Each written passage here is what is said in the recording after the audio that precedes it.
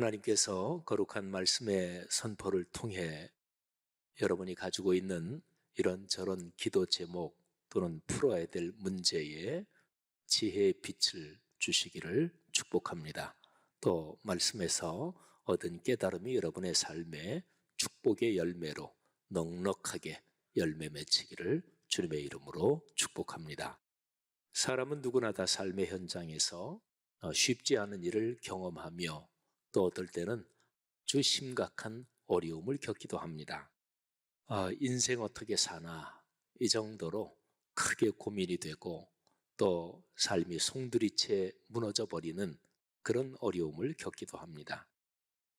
비교적 평탄하게 인생 여정을 걸어오신 분들도 살아오면서 그때 너무 힘들었다, 또는 인생 여정 전반적으로 평탄하게 걸어왔는데 요즘 너무 힘들다, 이런 분들도 계십니다.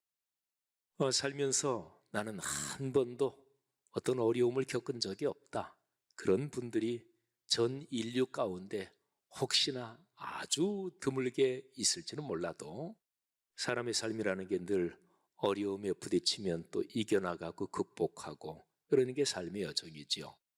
그런 어려움에서 벗어나고 어려움을 넘어서는 것, 그것을 넓은 의미로 일반적으로 구원이라고 얘기를 할 수가 있습니다.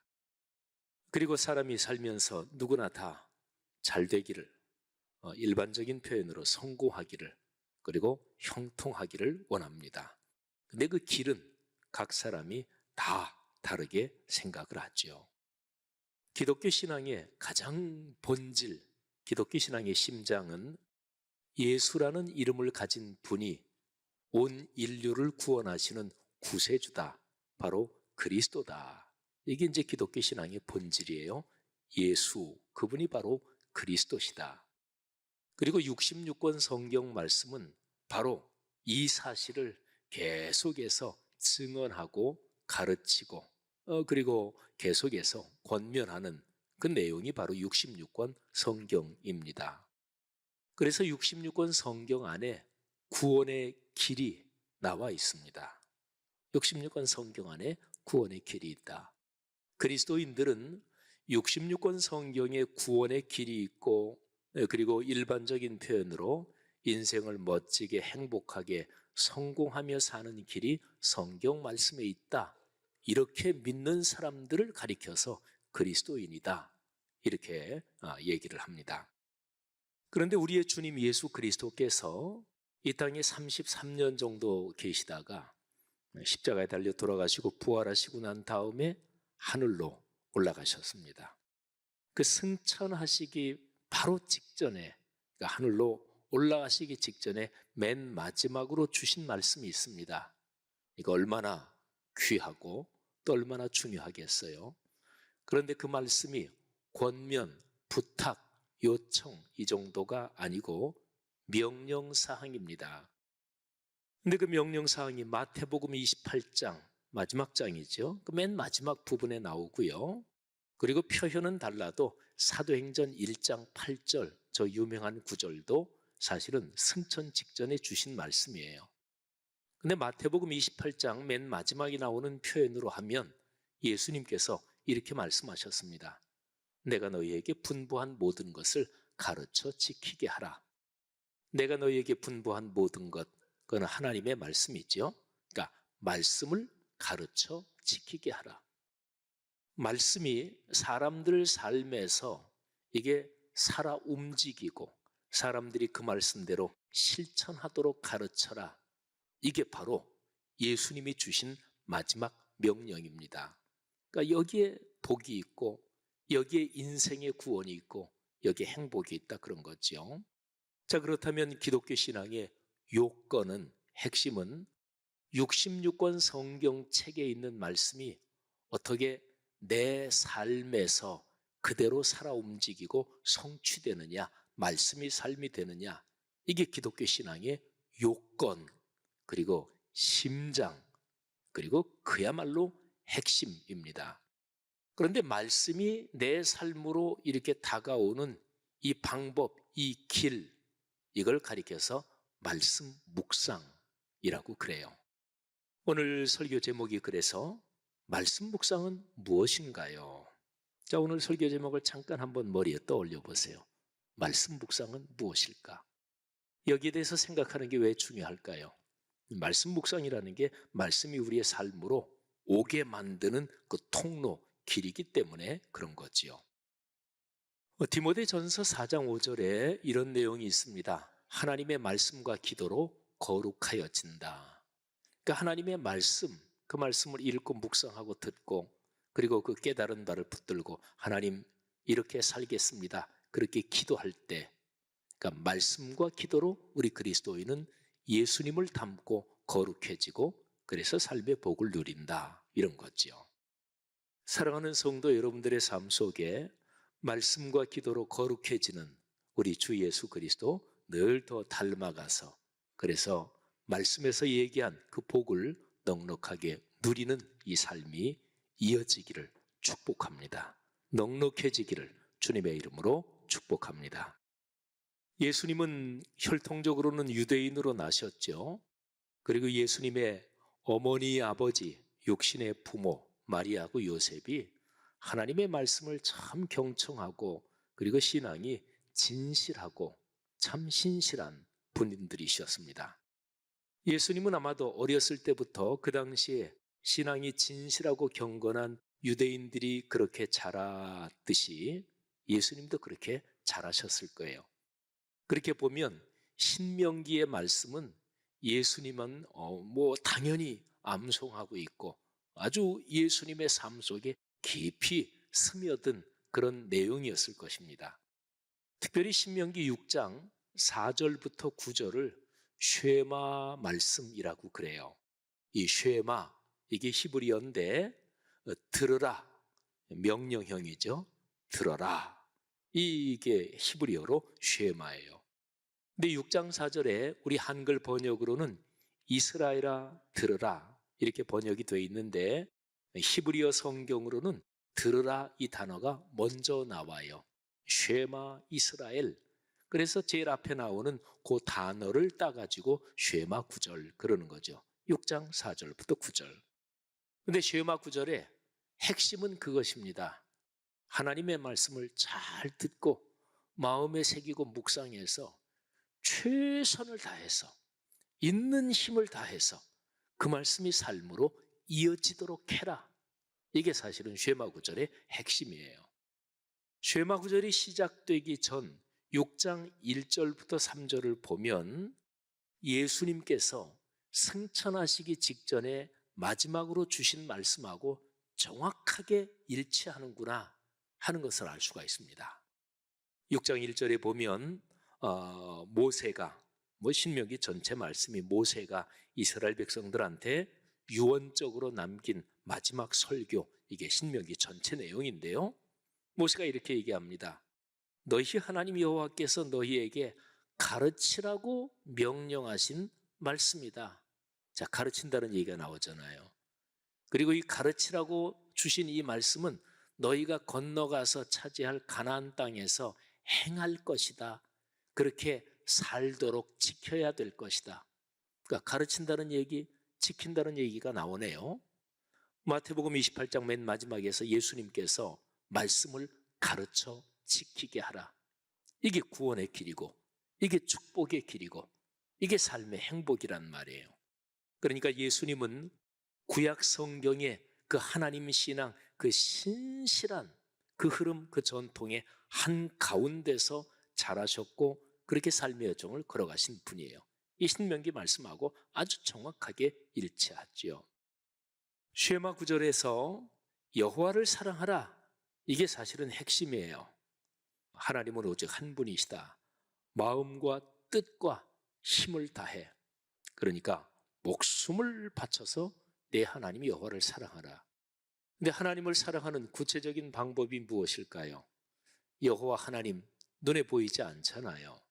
하나님이 눈에 보이신다면 좀 식사도 맛있는 거 대접도 해드리고 또 하나님 명절 때 좀 선물도 드리고 그럴 텐데 눈에 보이지 않잖아요.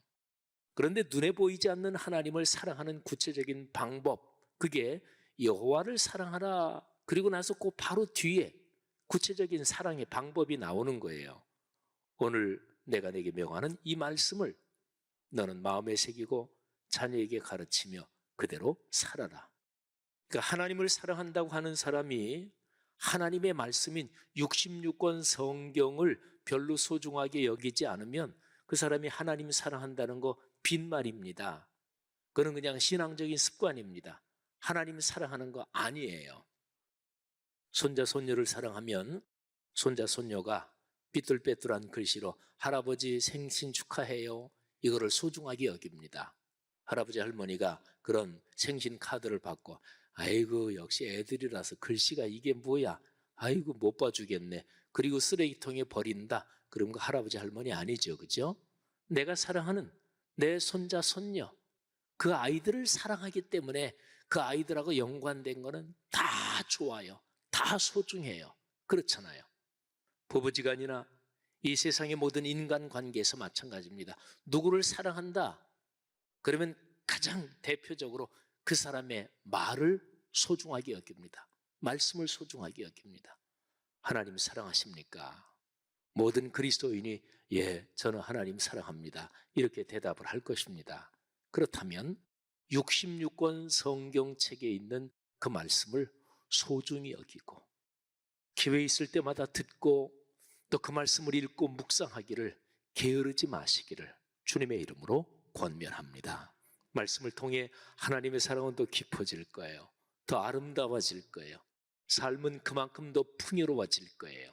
하나님께서 여러분 모두에게 그런 은혜를 넉넉하게 주시기를 주의 이름으로 축원합니다. 모든 그리스도인 또 구약시대부터 있었던 말씀이니까, 그러니까 몇천 년 이렇게 보면 돼요. 몇천 년 동안 너무너무 유명한 말씀, 그게 이제 시편인데 시편 1편에 복 있는 사람에 대해서 나옵니다. 복 있는 사람은 하나님의 말씀을 주야로 묵상하는 사람이에요. 그러니까 말씀 묵상을 하며 사는 사람이 복 있는 사람이다, 그런 거죠. 그런데 그 앞에 1절에 보면 복 있는 사람은 적어도 이 세 가지는 안 한다, 그게 나와요. 악인들의 꾀를 따르지 않습니다. 죄인들의 길에 서지 않습니다. 오만한 자들의 자리에 앉지 않습니다. 근데 이 세 가지, 죄인 그리고 악인, 오만한 자, 여기에 대해서 우리는 예수 믿는 사람들도 너무나 시편 1편 말씀을 많이 들어서, 그래서 악인들의 꾀 따르고 죄인들의 길에 서고 오만한 자리에 앉고, 이거는 딱 듣자마자 그 나쁜 거 안 좋은 거 이렇게 생각합니다. 그런데요, 실제로 우리가 사는 이 세상의 삶을 생각해 보세요. 그 꾀, 그 계획이 그 악한 거네. 그런데도 거기서 얻는 이익이 커. 그리고 걸리지 않겠어. 그러면 하잖아요, 실제로. 그리고 이거는 죄 짓는 일이야. 사회, 우리 국가 법으로도 이거는 범죄하는 일이야. 사회 법을 어기는 일이야. 그런데 한탕만 하면 엄청나게 큰 게 들어와. 그러면 실제로 다 하잖아요. 내가 좀 어떤 높은 자리에 어떻게 하든 올라앉아서 폼도 재고 또 권력도 좀 움켜쥐고, 그런데 그쪽 있는 사람들이 다 교만하고 아주 그냥 인격적으로는 별로야. 근데 나도 그렇게 되고 싶어. 그러면 그렇게 하잖아요. 그러니까 실질적으로 이 세상에서는 시편 1편 1절에서 복 있는 사람이 안 한다, 그 세 가지를 실제적으로 오늘날 인간 세상에서는 성공의 방법이라고 생각하고 다들 하는 거예요. 걸리지만 않으면, 그리고 탈만 없으면, 그리고 먹은 거 이것 때문에 탈만 나지 않으면 오늘날 세상에서 다 하는 거예요. 오늘날 세상에서 다 한다, 몽땅 다 하진 않겠지만, 그런데 대부분 그냥 걸리지만 않으면 그렇게 가는 길이죠. 그걸 성공이라고 생각을 해요. 그런데 예수 믿는 사람도 교회에서 시편 1편 1절 말씀을 들을 때는 그거 안 좋은 거지, 하지만 예수 믿는 사람도 이 세상 사회에서 생활하면서 걸리지만 않으면, 뒤탈만 나지 않으면 이런 거에 참여하는 건 또 아닙니까? 예, 우리는 누구나 다 약하지요. 그래서 삶에서 쉬운 얘기로 법은 멀고 주먹은 가깝다. 근데 하나님께서 어떻게 보시나, 이건 종종 생활하면서 너무 멀 때가 많잖아요.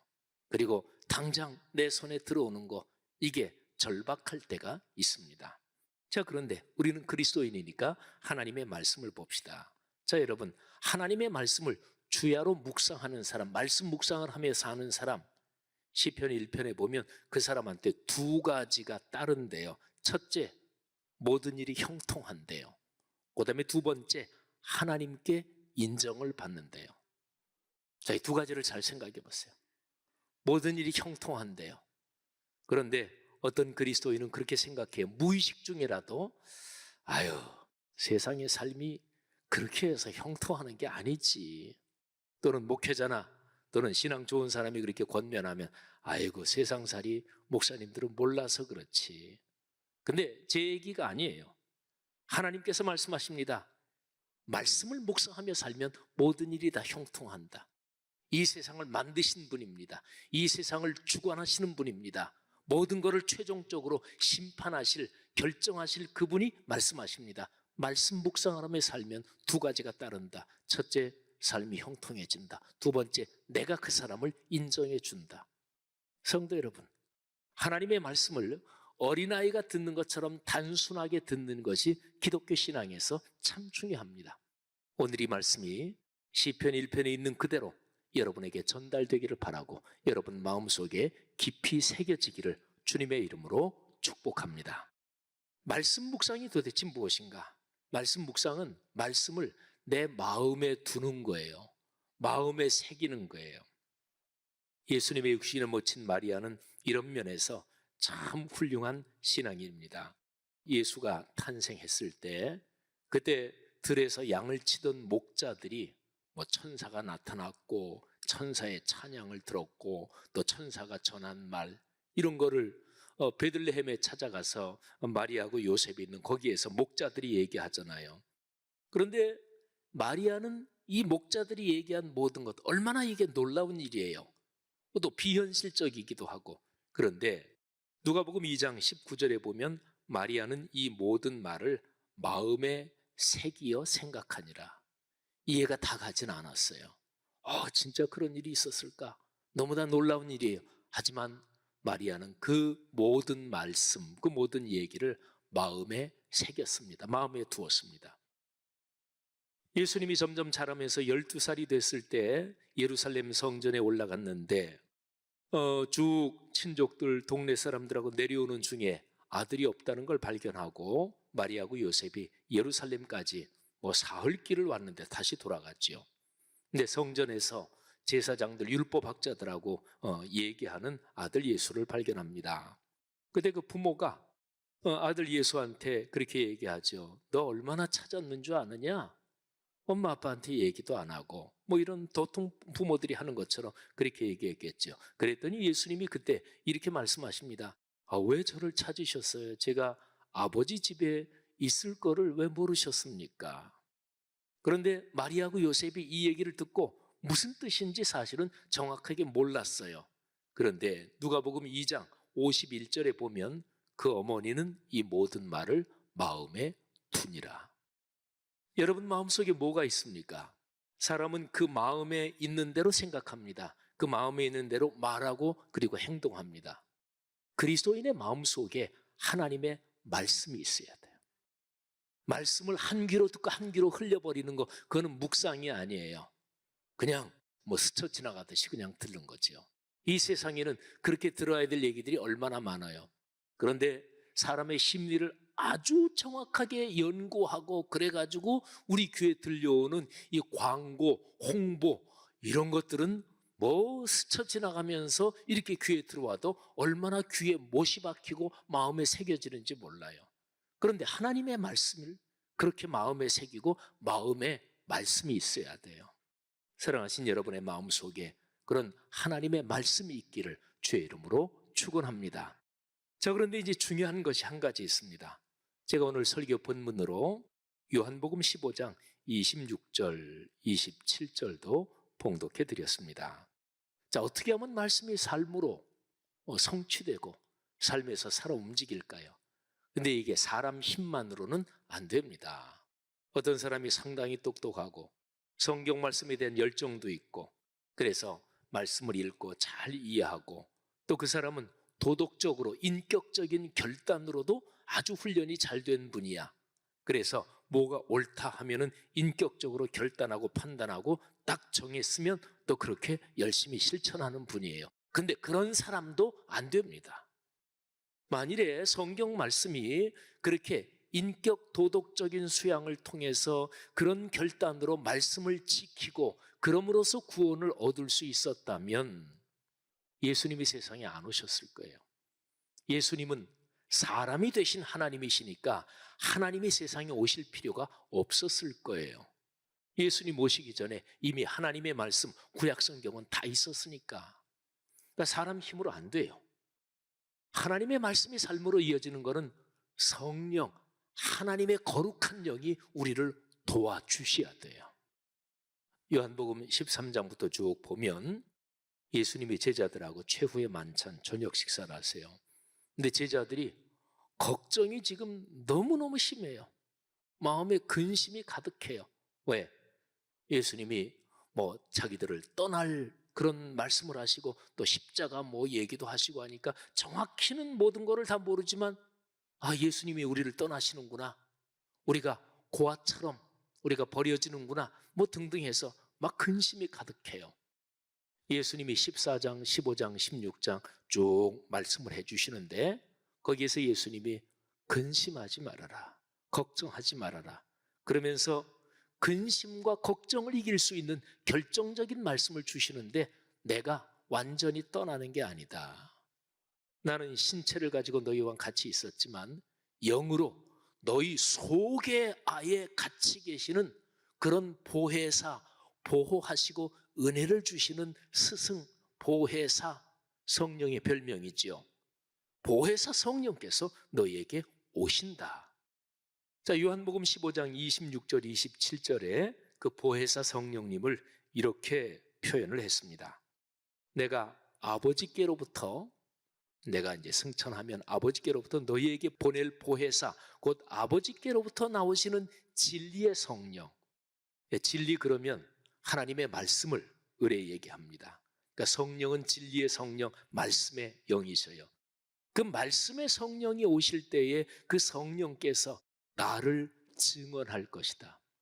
그러니까 누가 성령이 충만하다 그러면 그 사람은 예수님이 그리스도이십니다, 이거를 열심히 얘기해야 그게 성령 충만한 거예요.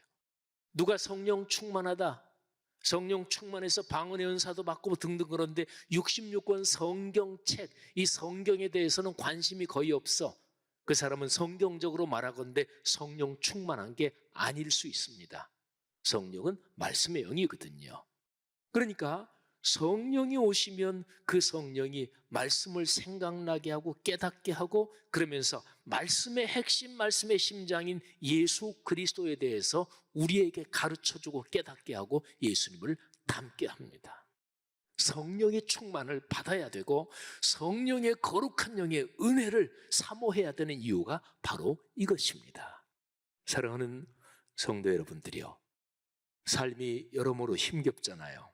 그래서 각자 사람마다 다 자기 나름대로 해답을 찾느라고 애들을 써요. 근데 우리는 신앙인입니다. 근데 제가 여러 주 전부터 지금 기독교 신앙에서 제일 핵심적인 거, 그거를 짚어가면서 지금 말씀을 전하고 있는데, 여러분, 예수 그리스도, 이분이 기독교 신앙의 가장 중심적인 심장이요, 성경책이 그분에 대해서 말씀하고 있는 것이고, 그래서 성경 내용이 우리의 삶으로 오는 게 이게 삶의 해결이란 말이에요. 그런데 그 방법이 바로 말씀 묵상이고, 말씀 묵상은 간단하게 하면 하나님의 말씀을 내 안에 새기고 두는 것입니다. 성도 여러분, 바로 이 일에 하나님의 거룩한 영의 도우심과 그 하나님의 성령의 비추이심이 우리에게 필요한 거죠. 여러분을 축복합니다. 하나님께서 성령의 은혜로 여러분을 충만하게 하시고, 여러분이 공예배 참석할 때 선포되는 말씀에서 큰 깨달음과 그 깨달음이 삶으로 이어지게 하시기를 주의 이름으로 축복합니다.